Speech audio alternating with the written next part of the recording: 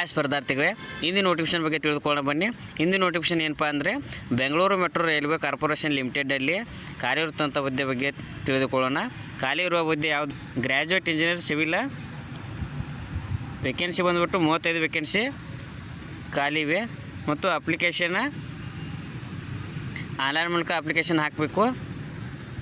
Application 5/4/2025 ಪ್ರಾರಂಭವಾಗಿದ್ದು ಕೊನೆಯ ದಿನಾಂಕ 3/5/2025 ಅಪ್ಲಿಕೇಶನ್ ಹಾಕೊಳ್ಳಲು ನಮಗೆ ಅವಕಾಶ ಇರುತ್ತದೆ.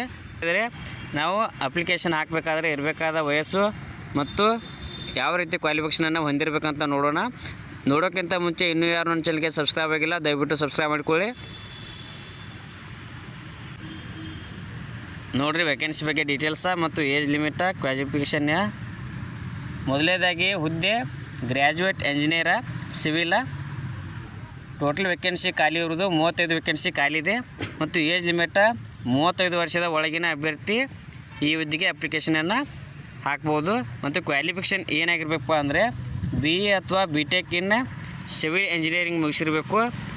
ಮತ್ತು ಎಲಿಜಿಬಲ್ ಕ್ರೈಟೀರಿಯಾ ಅಂದರೆ first class in civil engineering degree with minimum 60% ತೊಗೊಂಡ ಅಭ್ಯರ್ಥಿ ಪಾಸಾಗಿರಬೇಕು. ಮತ್ತು ಕನ್ನಡ ಲ್ಯಾಂಗ್ವೇಜ್ ಬಗ್ಗೆ ಅಭ್ಯರ್ಥಿಗೆ ನಾಲೆಜ್ ಇರಬೇಕು. ಇನ್ನು ಸ್ಯಾಲ್ರಿ ಬಂದುಬಿಟ್ಟು ಗ್ರ್ಯಾಜುಯೇಟ್ ಇಂಜಿನಿಯರ್ಗೆ ಸ್ಯಾಲ್ರಿ ಯಾವ ರೀತಿ ಇರುತ್ತಂದ್ರೆ 44,000ವರೆಗೂ ಸ್ಯಾಲ್ರಿ ಸಿಗುತ್ತೆ. ಇನ್ನು ಅಭ್ಯರ್ಥಿಯನ್ನು ಯಾವ ರೀತಿ ಸೆಲೆಕ್ಷನ್ ಮಾಡ್ಕೋತಾರತ್ತೆ ನೋಡೋಣ. ಸೆಲೆಕ್ಷನ್ ಪ್ರೊಸೆಸ್ ಯಾವ ರೀತಿ ಇರುತ್ತೆ ಅಂದ್ರೆ ರಿಟರ್ನ್ ಎಕ್ಸಾಮಿನೇಷನ್ ಇರುತ್ತೆ, ಮತ್ತು ಸ್ಕಿಲ್ ಟೆಸ್ಟ್ ಇರುತ್ತೆ, ಮತ್ತು ಮೆಡಿಕಲ್ ಟೆಸ್ಟ್ ಇರುತ್ತೆ, ಮತ್ತು ಕೊನೆಯದಾಗಿ ಡಾಕ್ಯುಮೆಂಟ್ ವೆರಿಫಿಕೇಷನ್ ಇರ್ತದೆ. ಇವು 4 ಹಂತಗಳ ಮೂಲಕ ಅಭ್ಯರ್ಥಿಯನ್ನು ಸೆಲೆಕ್ಟ್ ಮಾಡ್ಕೋತಾರೆ.